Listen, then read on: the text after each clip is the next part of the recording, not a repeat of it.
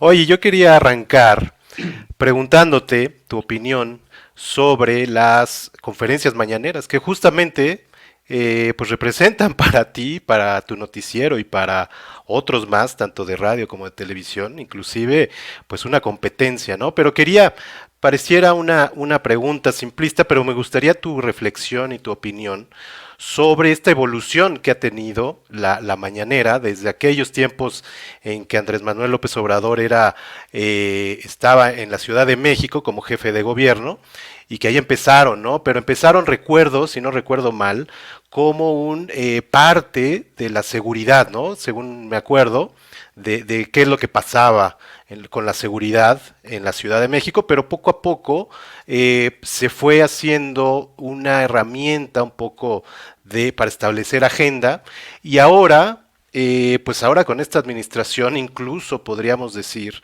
que pues se convirtió en un programa de televisión, ¿no? Con personajes, con dirección de cámaras, con secciones incluso, y como te decía, creo que pues hasta compite con ustedes. Y yo diría, ya nada más para dejarte, yo diría de manera muy particular que este gobierno ejerce pues el poder desde tres pilares que yo veo, que por un lado son los programas sociales, por el otro la unidad de inteligencia financiera y por el otro lado la mañanera. Entonces yo lo veo ahí un poco, pero quería tu opinión al respecto de toda esta evolución y de cómo se ha usado. Oye, nada más déjame comentarte que he visto ratings Ujú. de varios canales y realmente cuando meten la mañanera tumba el rating. Fíjate. Es decir, no le está quitando. Bueno, sí, claro, claro, exacto, En términos ya de audiencia, ya trae un rendimiento decreciente. Y si lo exacto. ves también en términos de Facebook, pues ya tiene la mitad de las vistas que tenía en un principio. Y es natural, ¿eh? O sea, Claro. en primer lugar porque pues es algo en el cual pues, te presentan como boletines videograbados, ahorita voy a meter en eso, pero particularmente, Ujú. pues el presidente ahí hace absolutamente de todo, ¿no? Y Exacto. luego como piensa las respuestas, pues entonces te caben como 4 comerciales mientras él medita entre una y otra respuesta. Entonces, pues, realmente la gente a esa hora pues anda apurada, a lo mejor la puede llegar a aprender mientras se viste, pero es mucho más importante para la gente, un poco lo que Claro. es los ratings, saber pues cómo está el tráfico, si está bien, si Sí. está lloviendo, tener una información última de lo que sucedió, que no estuvo enterada, y prefieren, en lugar de escuchar los silencios tan ruidosos del presidente. Pero mira, la mañana, fíjate que sí es esa parte que tú decías sobre cómo nace. Alguna vez hace ya muchos años le pregunté a Andrés Manuel López Obrador cómo había surgido Ok. la mañanera allí en el gobierno de la Ciudad de México, del Distrito Federal en ese entonces. Ujú. Él decía algo que me pareció muy, muy racional. Dice, hay que recordar, el contexto era este. Ujú. En ese entonces había un programa de radio, el de José Gutiérrez Vivó, Gutiérrez Vivo, claro. era súper escuchado. Ujú. Él también tenía muchos Sí. reporteros viales, era muy vivo. La red vial, ¿no?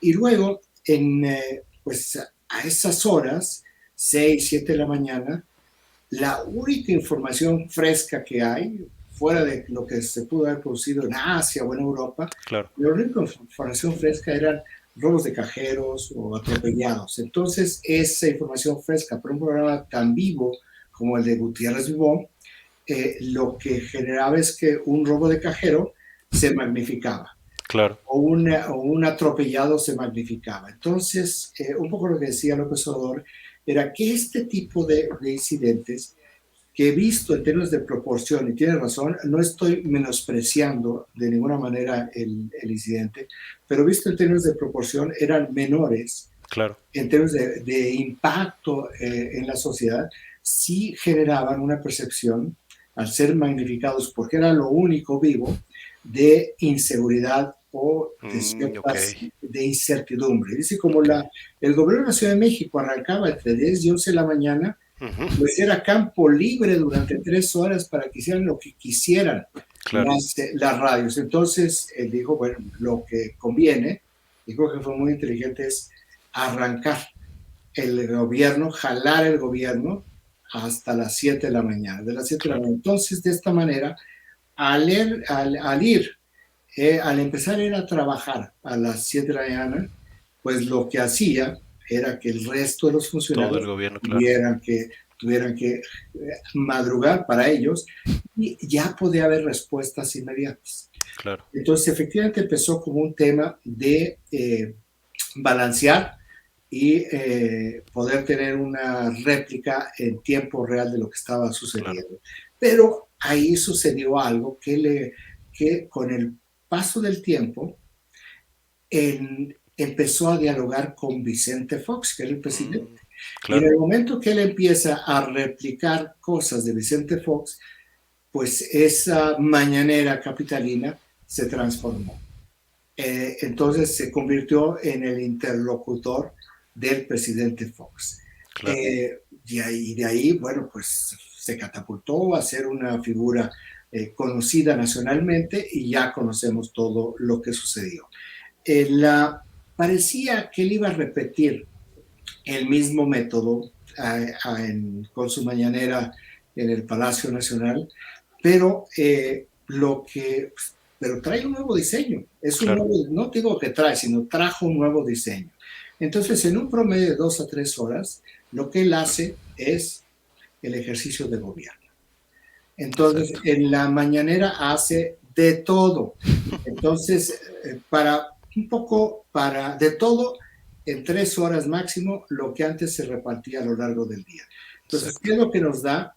Ya ves que tiene como sus secciones, ¿verdad? Exacto. Entonces, la sección del famosísimo top 10 de los pasados de rosca, como dice el director de la Profeco de las gasolineras, Exacto. sin importar en absoluto que claro que hay precios de gasolina más altos en algunos lugares Claro. porque están en la sierra, entonces el costo Exacto. de transporte, pero es irrelevante. Ya ves que aquí lo que importa es lo que digas, ni das contexto, ni das matices, porque ahí Señalar, ¿no? entonces tienes tú el reporte de las gasolinas y luego tienes, yo digo, los videoboletines. Entonces ahí va, Dos Bocas, ya va el Tren Maya, Exacto. ya ahí va el aeropuerto Felipe Ángeles. Y entonces ahí salen y Los lo que hacen avances, es, ¿no? De... lo que hacen es un ejercicio de divulgación, que eso es una de las, vamos, no es una responsabilidad del gobierno, pero al mismo tiempo sí es una responsabilidad mantener informados a los ciudadanos sobre lo que está haciendo. Claro. Sí informa y también se promueve el gobierno. Eso es absolutamente legítimo. Y luego viene bueno, se viste todo el mundo de payaso y arranca esta sesión de preguntas-respuestas ahí Exacto. ya ha cambiado mucho, pero eran los de la primera fila que eran los que Lord Molecula, ¿no? preguntaban, y bueno, y compañía. Pero vamos, ahí hay una sesión de preguntas-respuestas que también se ha convertido en un espacio para gestoría, que eso es increíble, ¿eh? Sí. Llegan ahí a hacer gestoría y algunos lo hacen de manera, digamos, de manera solidaria, pero otros ya lo hacen de manera interesada, con preguntas hechas a modo. Si hay alguna empresa que quiere saber cómo está cierta iniciativa de ley, pues van y le dicen a uno de estos que se prestan, oye, pregunta tal cosa, y entonces el presidente Claro. responde. Entonces es un excelente ejercicio de manipulación y también a veces se cuelan preguntas importantes que sí tienen que ver con la información. Y luego, y esto no es todo el tiempo, pero luego, pues hace eventos de Ujú. Estado, ha llegado ahí a firmar documentos y Sí, claro. convenios con, con empresarios, con organizaciones privadas, Teletón, ¿no? con organizaciones inclusive internacionales, ha llevado ahí a presidentes, ha llevado ahí a personajes y luego dice, bueno, pues ahora vamos a celebrar a las madres, ya hace un festival de las Sí, es madres cierto. en el Salón de la Tesorería. Entonces, pues es como un circo de 20 pistas que cumple varias facetas. Algunas son propias del gobierno, como es la comunicación, es la divulgación, otras tienen que ver con propaganda, que si bien no es ilegal, tampoco es ilegítima. Todos los Claro, gobiernos hacen propaganda. Luego hay este espectáculo de circo, pero también hay preguntas y también hay este tipo de eventos. Entonces sí es una, pues es la síntesis de un ejercicio de gobierno en 3 horas. Claro, claro. porque el presidente, como también lo hacía en la jefatura del gobierno del Distrito Federal, pues realmente no trabaja mucho el resto del día. ¿No? Como se levanta muy temprano, pues siempre se echa una siesta a media mañana y luego, como a veces él mismo ha subido a sus redes sociales, pues rumbo a su casa Exacto. particular allá en el sur de la ciudad, pues decide desviarse a echar unos macanazos, a jugar un poco de Ah, claro, béisbol, ¿verdad? claro. Entonces, vamos, se deshace de la parte sustantiva del gobierno en esas 3 horas. Desde Luego, temprano, ¿no? sí, luego tiene algunas cosas o algunas actividades, pues también le dedica un buen tiempo a su esparcimiento. Claro.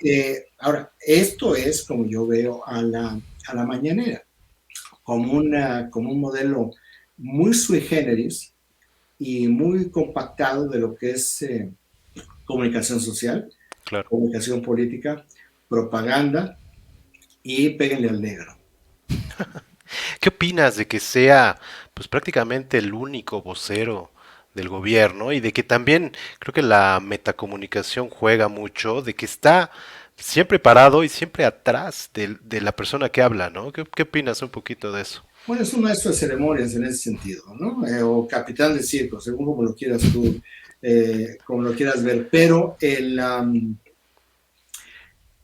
ese forma, él siempre está parado, que es una actitud que tiene él, pero lo más importante que es lo que tú decías, que es el único vocero. Ujú. Pero eso es su estilo de gobernar. Es un político que centraliza absolutamente todo.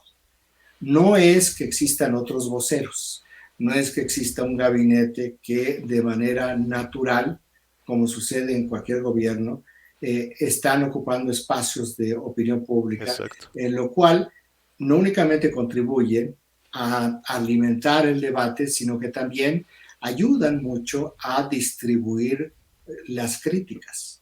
claro. Aquí como es un torero, el presidente, y pues, él tiene esta capacidad para que se le deslicen las cosas, para que él toree a la gente y que no le pegue, Ujú.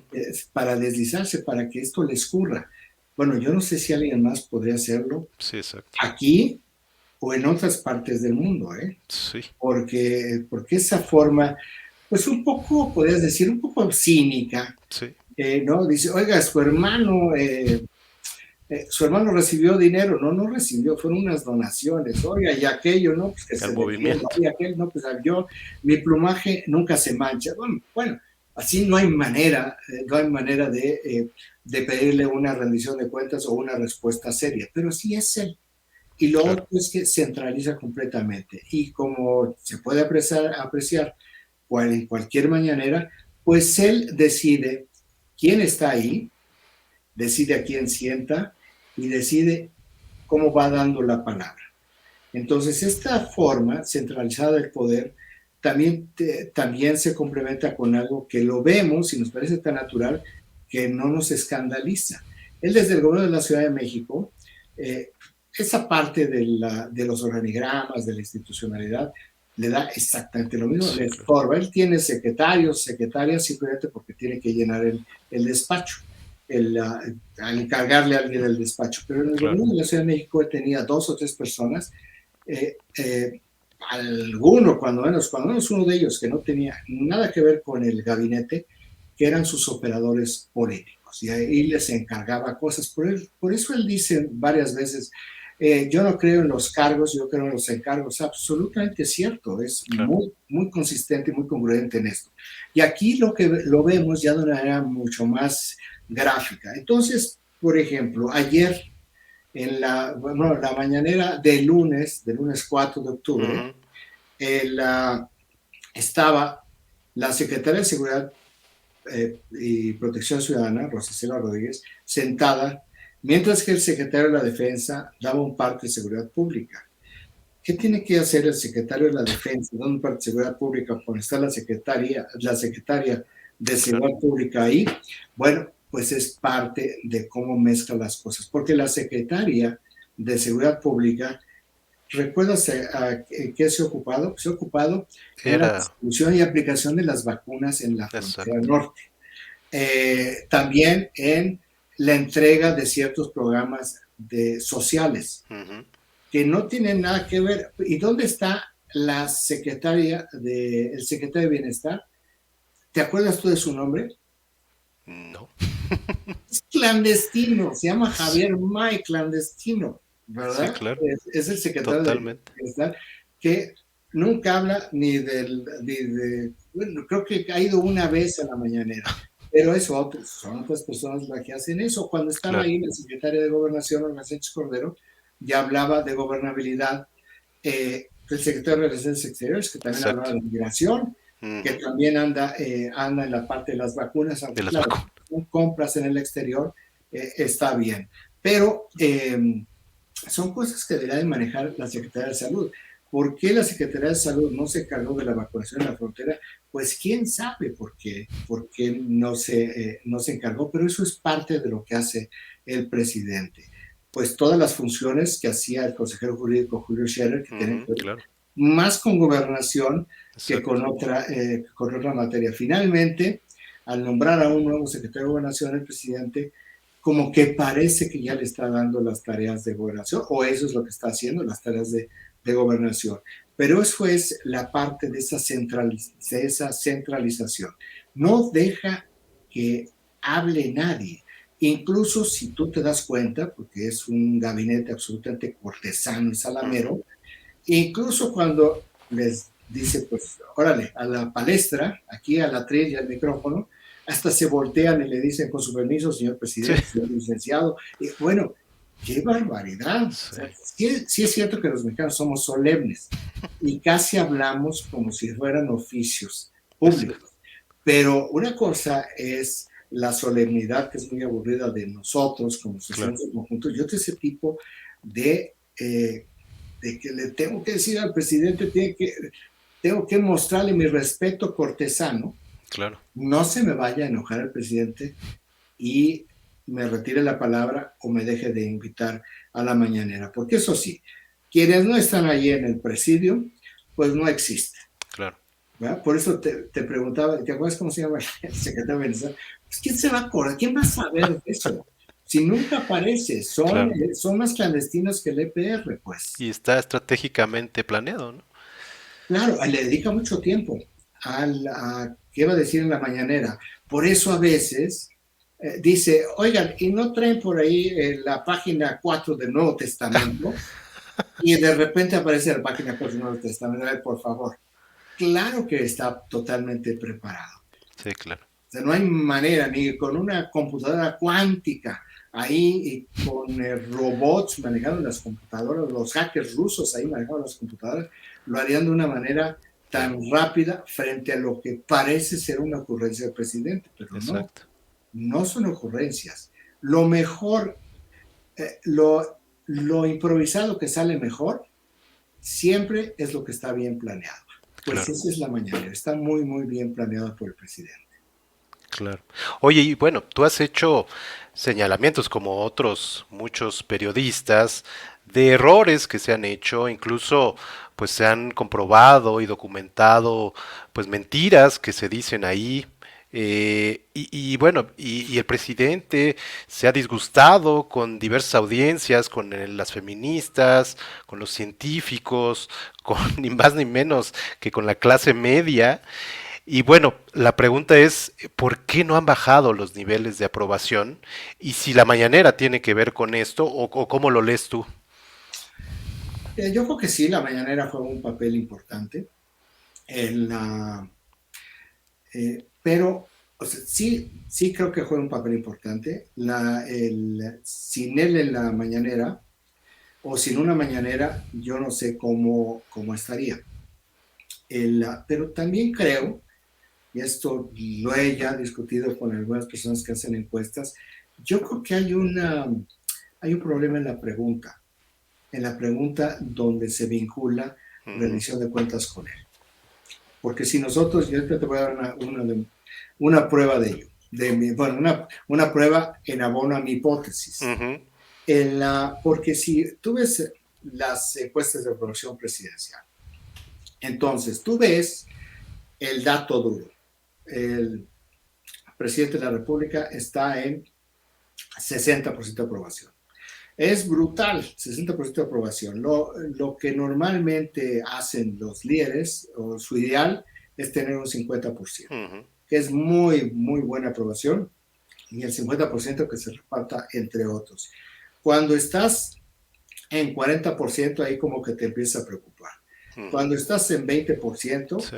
despídete, no vas a ganar la próxima elección, ¿no? Pero él trae estable, está totalmente estable el 60%. Pero Ujú. al mismo tiempo, si tú te vas a las páginas interiores de los periódicos y entonces ves, está hoy mejor que hace un año, mejor que hace 2 años, y los negativos van para arriba. ¿Y cómo piensa que está la seguridad? Los negativos son terribles. Y lo de la Sí, salud claro. hay más o menos. Por la vacunación le va muy bien. ¿Y cómo piensa que está el empleo? Todo está mal menos la vacunación. Entonces, Ok. todo va creciendo. Entonces, si todo va creciendo, ¿por qué él tiene una aprobación tan grande? Tan alto. Entonces, tan alta, eso es más correcto. Entonces, pienso, bueno, porque falta una pregunta que vincule lo que está la gestión con el presidente.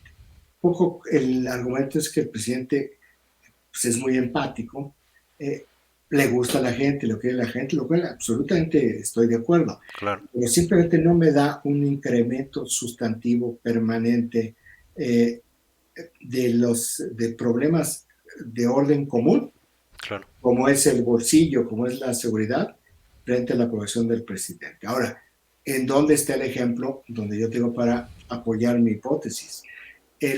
Vi una encuesta reciente, hace unas semanas, sobre Claudia Sheinbaum. Ujú.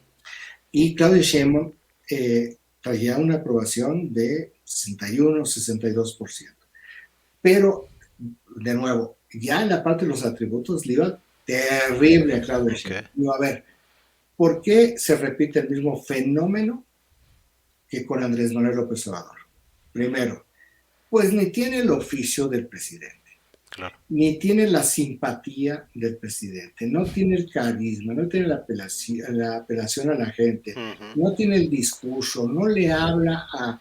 El presidente no es chilango, Claudia Sheinbaum es totalmente chilango, tiene frases que son de chilangos. Ujú. El presidente no, y es coloquial, Claudia Sheinbaum es rígida, Ujú. eh, el presidente se ríe, se sonríe, hace bromas, le da la vuelta, saca sus cosas como pues voy a macanear Ujú. o voy a comerme unas gorditas, yo no sé qué cosa. Pero, a ver, Crea esa empatía, no ¿no? tiene, no tiene esa personalidad Claudia Sheinbaum, es todo lo contrario del presidente. Ujú. ¿No? El presidente pues, todo el tiempo está hablando con Dios, todo el tiempo utiliza las cosas, Claudia Sheinbaum es atea, o sea, ni siquiera tiene esos ingredientes. Dice, a ver, ¿y entonces por qué se repite el modelo? Porque es exactamente lo mismo, el mismo patrón, pues algo está mal. Claro. Si fuera alguien con similitud o alguna, sí, básicamente con similitudes al Claro. presidente, lo podría entender, pero está en las antípodas del presidente y Claro. el patrón es exactamente lo mismo. Mi hipótesis es la pregunta, hay una pregunta que falta ahí, hay una pregunta que se tiene que modificar. Sí, claro. Claro.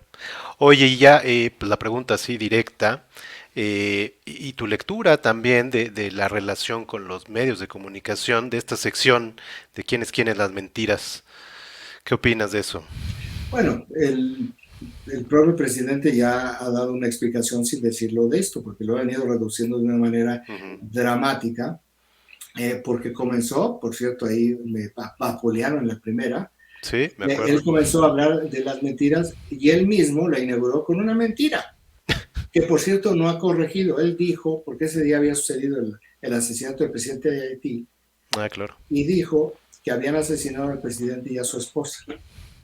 Fíjate. Hasta hoy no ha dicho, oigan, en ese momento la información era muy confusa y yo dije algo que no era que no era cierto. Corrijo, la esposa del presidente sí quedó herida de gravedad, pero sigue viviendo. Claro. No, pero le da igual, porque el tema no es si alguien miente, si alguien se equivoca, si alguien tergiversa, porque en los medios de comunicación, tú lo sabes muy bien, tú no mientes porque dices voy a mentir. Exacto. Porque si tú dices voy a mentir, lo más probable es que te corran. Claro. Porque hay unos sistemas de control editorial internos que algunos pueden ser muy buenos, otros pueden ser no tan buenos, pero si tú dices una mentira, a ti te Claro. castiga tu medio. Claro. Y si es muy grave, te corre el medio. Sí. Entonces, no es de que tú amanezcas y decir, oye, a ver, ¿qué miento? Entonces, esto es lo que, en esta dialéctica perversa que tiene, en donde, ¿qué es lo que pienso que, no pienso, estoy absolutamente convencido? Él tiene desde hace ya más de 10 años o 15 años una estrategia para provocar un daño reputacional. Okay. No se había visto porque no era presidente, no tenía ese espacio, no tenía el control para poder hablar todas las mañanas y decir absolutamente lo que quiera con plena impunidad, pero el daño, el intento de un daño reputacional ha sido sistemático. Te lo puedo decir, no había redes, pero había medios electrónicos. Desde el 2004, 2003, 2004, él hablaba y trataba de dañar reputaciones. No era tan extendido porque tampoco era tan importante en ese momento. Pues era el jefe de gobierno de una ciudad que en ese entonces la ciudad era chiquita porque el gobierno federal tenía muchas atribuciones. Hoy la Ciudad de México, el gobierno de la Ciudad de México tiene muchísimo más responsabilidades de lo que había en ese entonces. Claro. Entonces era algo marginal.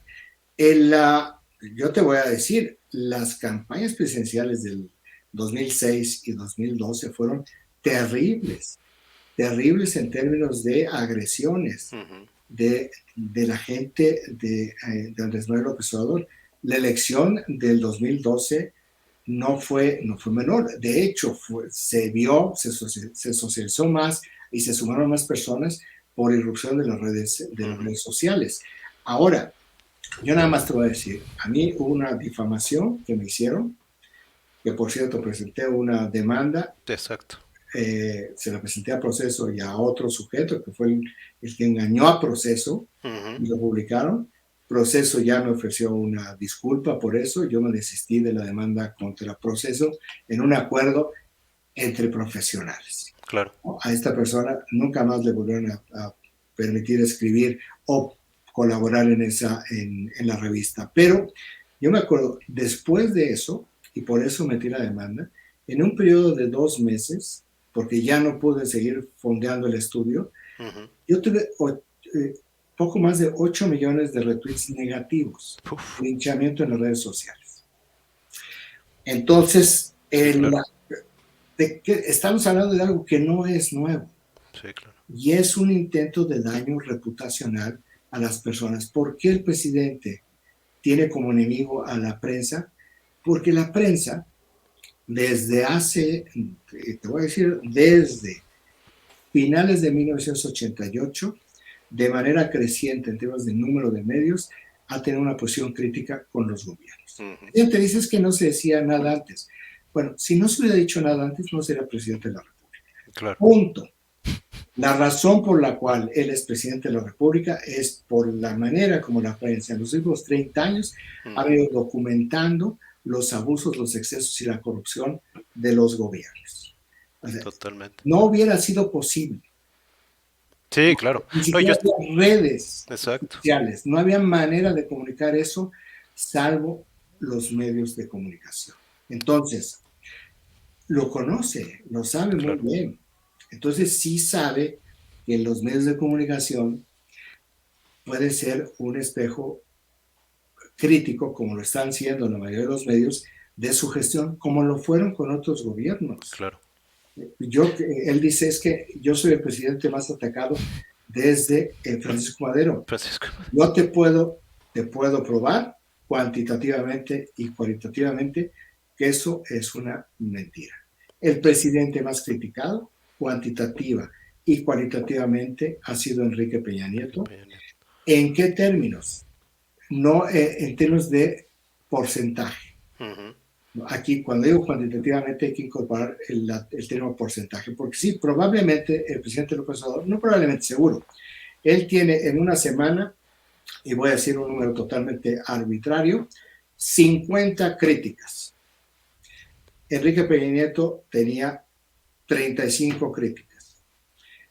¿Cuál es la diferencia? Que Peña Nieto no hablaba, daba Exacto. discursos, no hablaba. El Exacto. presidente habla 3 de 2, vamos a decir, 2 horas y cuarto promedio todos los días.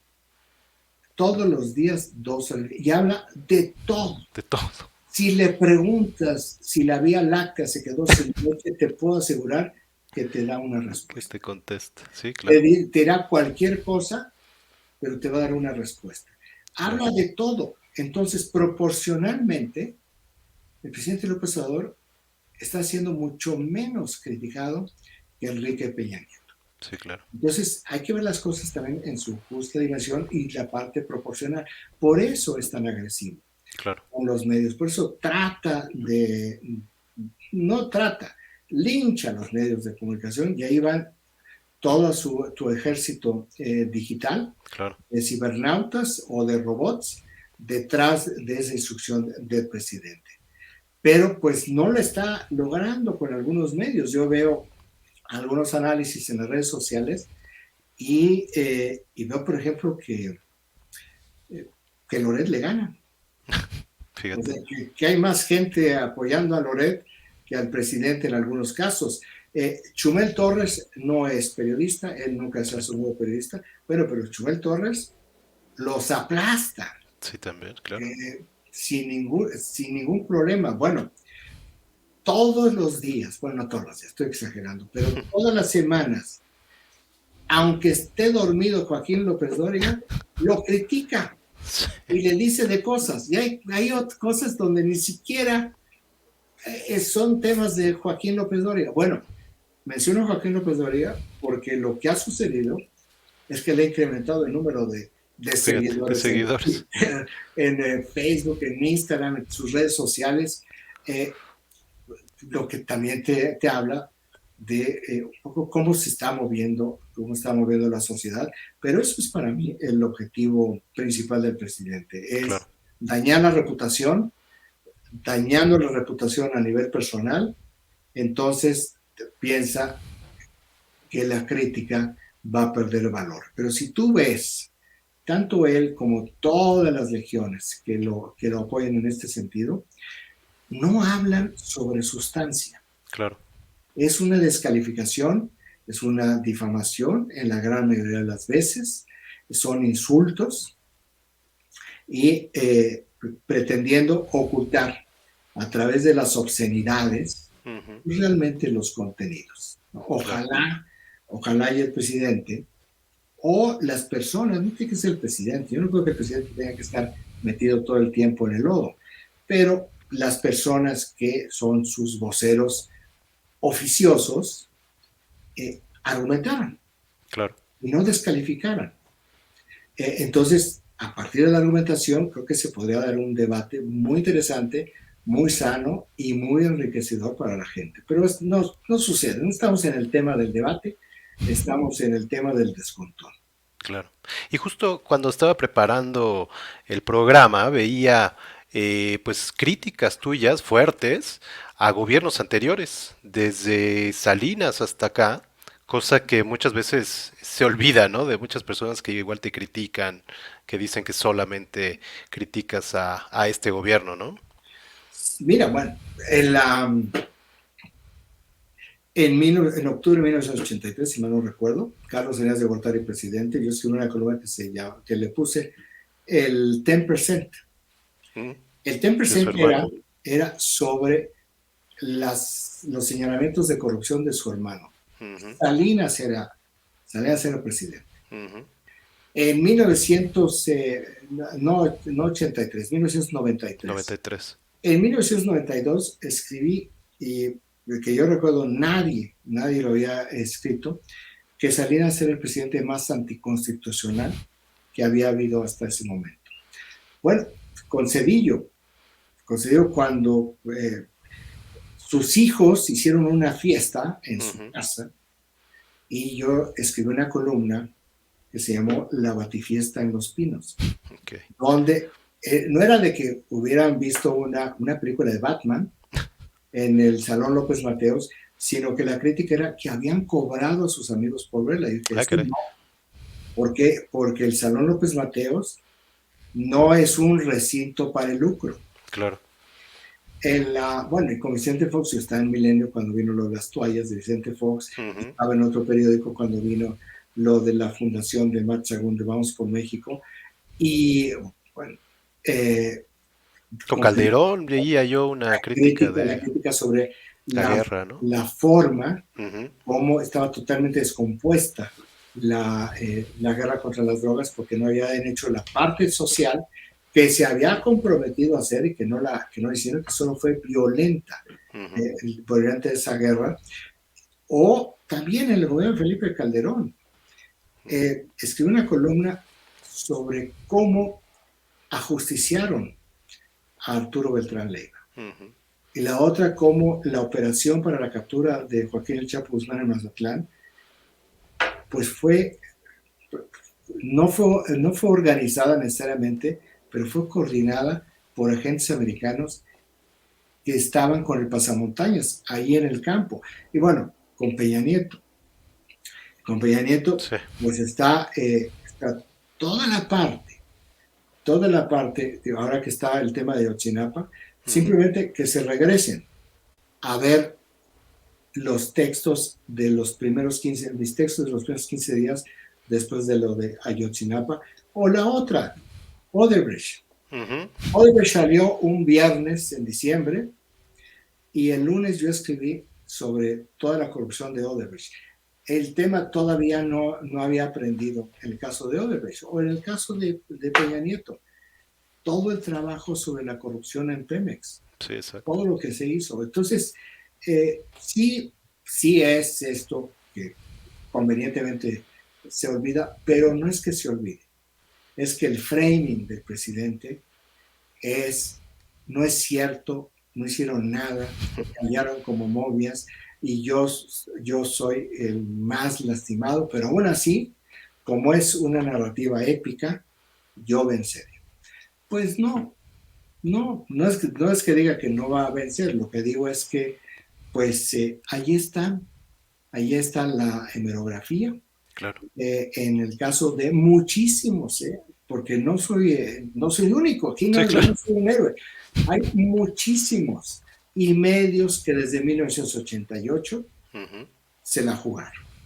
Sí, claro. Bueno, muy bien la cabeza del Financiero el 3 de julio de 1988, cuando dijo nada para nadie, que era un desafío en ese momento al Sí. gobierno, y cómo le quitaron la publicidad le quitaron la publicidad al Financiero, la publicidad oficial, se la quitaron a Proceso, me acuerdo que se murió una revista crítica política cuando también le quitaron la publicidad, y cómo vinieron todas las presiones, cómo eran las presiones en ese entonces, cómo era Manuel Bartlett, Ujú. secretario de Gobernación, ¿no? Amenazante, altanero, prepotente, soberbio, con lo que era el secretario, eres como es hoy, nada más que en la Secretaría de Gobernación, en un régimen cerrado, un poco para que nos estemos entendiendo. Y hay muchos periodistas en todo el país y muchos medios en todo el país que caminaron hacia tener una postura o un abordaje crítico del poder.